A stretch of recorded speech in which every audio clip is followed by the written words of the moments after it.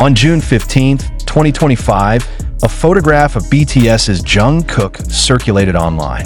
Taken at Gimpo Airport, the image sparked an immediate and intense backlash.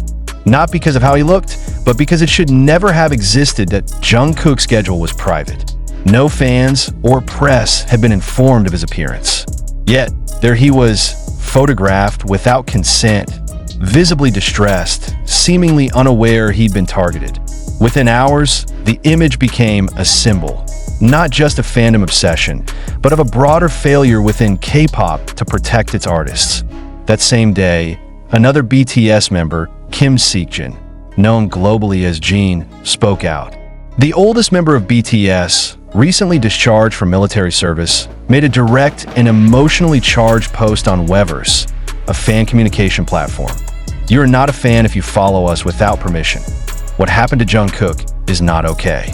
That photo should not have been taken.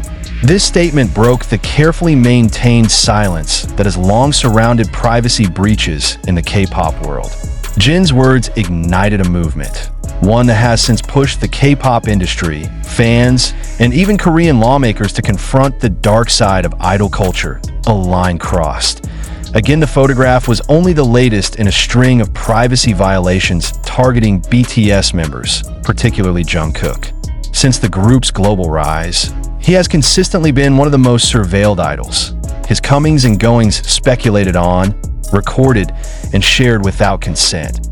Yet the timing and context of this latest incident made it different. Sources close to BTS confirmed that Jungkook was on an unscheduled and confidential trip. The identity of the photographer remains unconfirmed, but speculation leans toward a seeing, a term in K-pop used to describe obsessive fans who stalk idols in pursuit of intimate access. This wasn't simply an overzealous admirer. It was, insiders say, a security breach that could have endangered Jungkook's safety. Worse still, it echoed past incidents involving other members, including Taeyong V, who had experienced similar harassment in 2023. Jin's breaking point for Jin, the incident crossed a personal and professional boundary. During his time in the military, Jin watched from the sidelines, says one HYBE staff member who spoke on condition of anonymity. Now that he's back, he's not willing to stay silent anymore. Jin's public statement wasn't approved through the typical corporate channels. Sources inside HYBE confirmed it was unexpected and unprecedented. He didn't ask permission, said the staff member. He acted as a brother. What followed was a wave of support.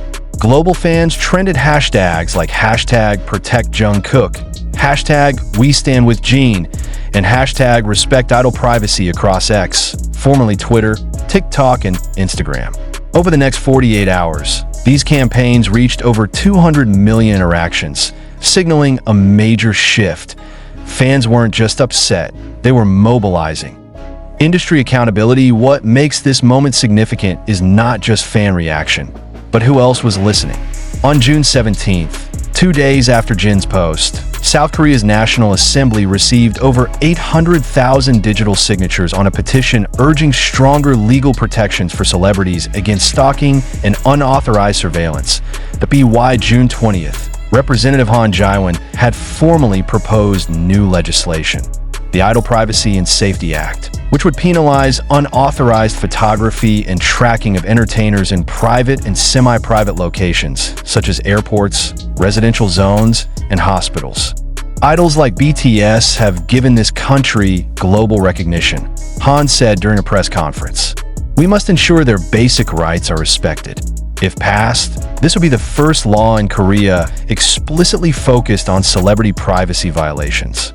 The act is currently under review by a parliamentary committee, but experts suggest its likelihood of passing is high, thanks, in large part, to public pressure amplified by Jin's post. Silence from Hybe, the agency representing BTS, issued a brief statement on June 18th acknowledging the incident, but stopped short of promising new policies or investigations. We are aware of concerns raised by fans and are reviewing current procedures related to artist privacy.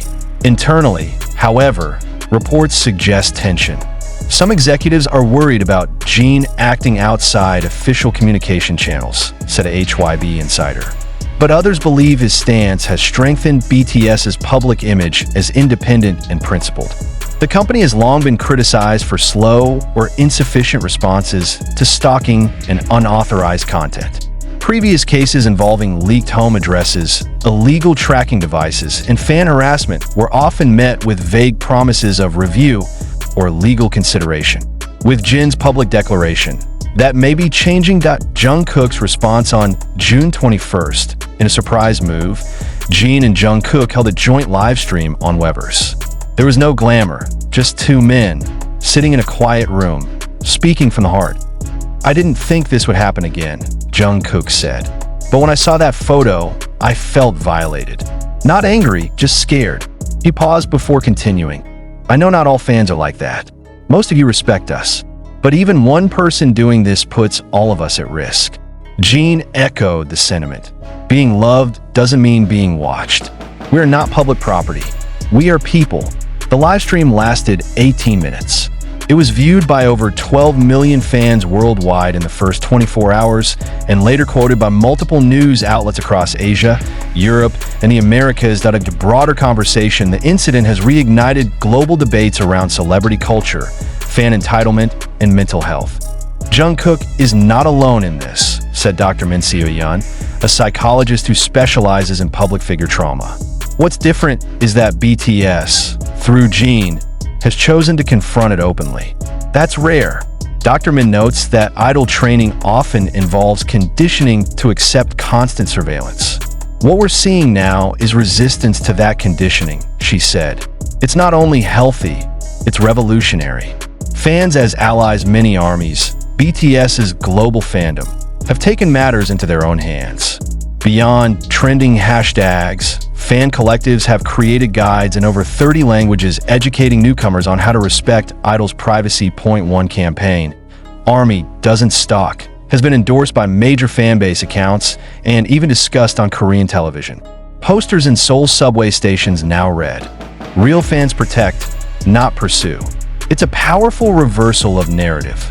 Fans turning from passive consumers into active protectors. What comes next? Jin has reportedly requested that HYB publish a transparency report detailing how often privacy violations have occurred and what actions have been taken. Though the company has not confirmed whether it will comply, the pressure is mounting. Insiders suggest Jin may also be advocating for the formation of an independent security and privacy task force, a team separate from HYB that would include legal experts, digital safety consultants, and mental health professionals. This would mark a new era for K-pop, one where idols take a more direct role in shaping their safety and boundaries. A cultural shift. This is not the first time BTS has disrupted industry norms, but it may be the most personal. From openly discussing mental health to advocating for self-love, BTS has always pushed against the limits imposed on Korean idols. But this moment feels different. It's not just about music or messages. It's about survival, autonomy, and respect. The AS of June 21st. No further incidents involving Jungkook have been reported. But the conversation is far from over. What began with a single unauthorized photo has grown into a national and global dialogue. Jin may have been the first to speak up, but now millions are echoing his words. Being a fan doesn't give you access. It gives you responsibility. And for perhaps the first time, the K-pop industry is listening.